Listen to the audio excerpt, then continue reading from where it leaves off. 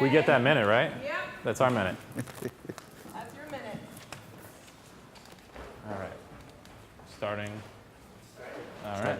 Good evening, everybody, and thank you for having us. My name is Greg Trainor. I'm the founder and executive director of the Philadelphia Community Corps. And my name is Alex McNeil. We are a nonprofit that uses deconstruction, job training, and material salvage to revitalize blighted neighborhoods. So just a brief history, it's actually on the next slide, but Greg founded the organization, came up with the idea in 2009 based on his experience in disaster response following Hurricane Katrina in New Orleans. And he saw this as a means to address blight removal in the city. And there's actually a growing deconstruction industry throughout the country. Baltimore and the Northwest in particular have a lot of initiatives happening. And this is in many ways the future of demolition and building removal throughout the country.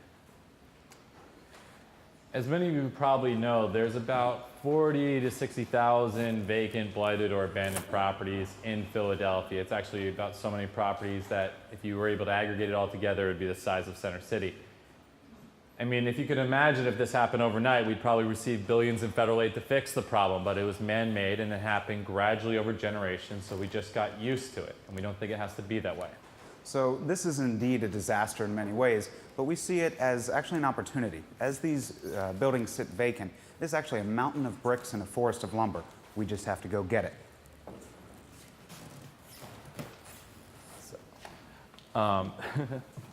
So while many of these, okay, yeah, I was lost there for a second. So it's basically a three-pronged approach.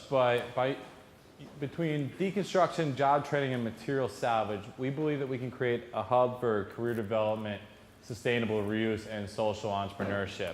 It's a complex model with a lot of moving parts, but you do need to have all of these moving parts to make it work.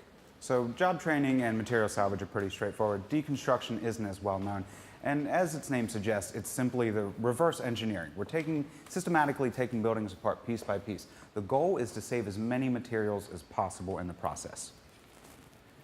As a nonprofit contractor, we can strip out your property, or we can take the whole thing down piece by piece.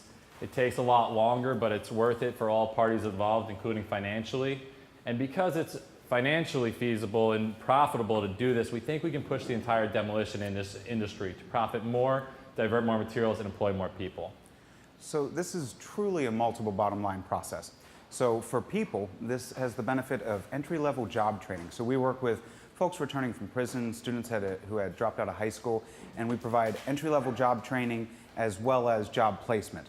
And this can also act as an engine for economic growth and neighborhood revitalization, all while preserving our rich architectural and cultural history here in Philadelphia.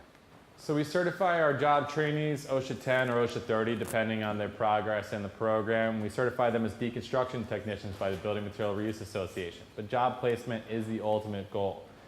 We consider it a career development program more than a job training program, and we do follow up with our students to get them employed. So we had another picture up here. One of our first trainees, Aaron, came to us, had never swung a hammer, now works full-time for a construction contractor, and just recently got his OSHA 30 supervisor training. Leonard, pictured here, we actually placed on with a demolition contractor, and he has a potential for supervisor role. Aaliyah, pictured there, also is now studying architecture at Thaddeus Stevens.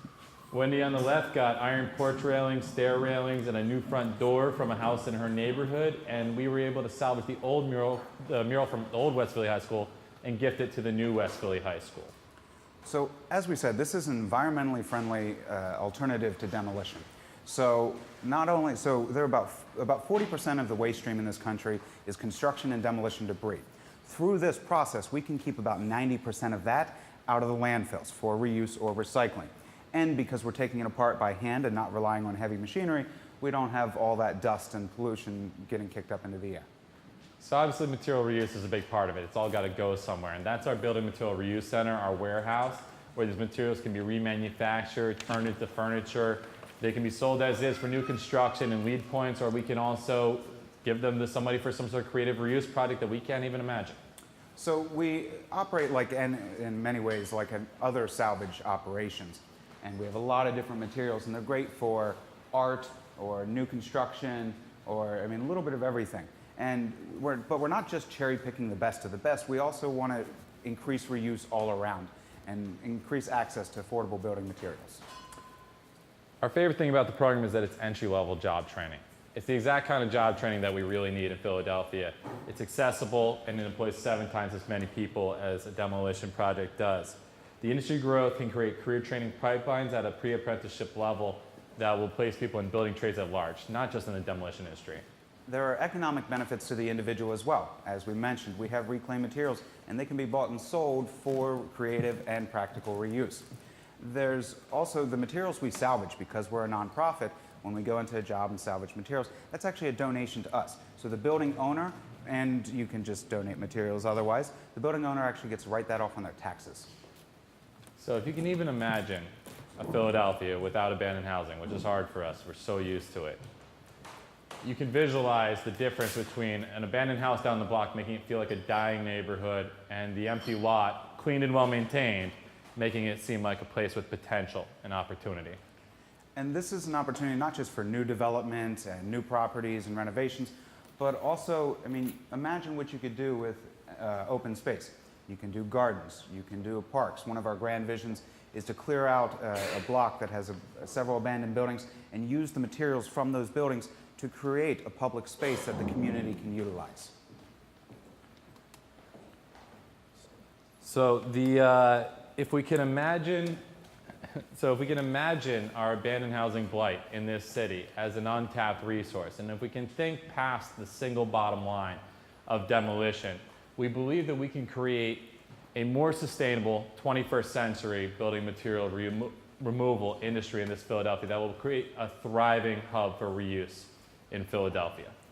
So that's our vision for what's next in Philly. For us, we are a younger organization. We're only about 2 years old, so we are having a crowdfunding campaign coming up here soon. We're recruiting for our board of directors, and we'll actually be opening a brand new materials reuse center at Front and Erie here within the next couple months.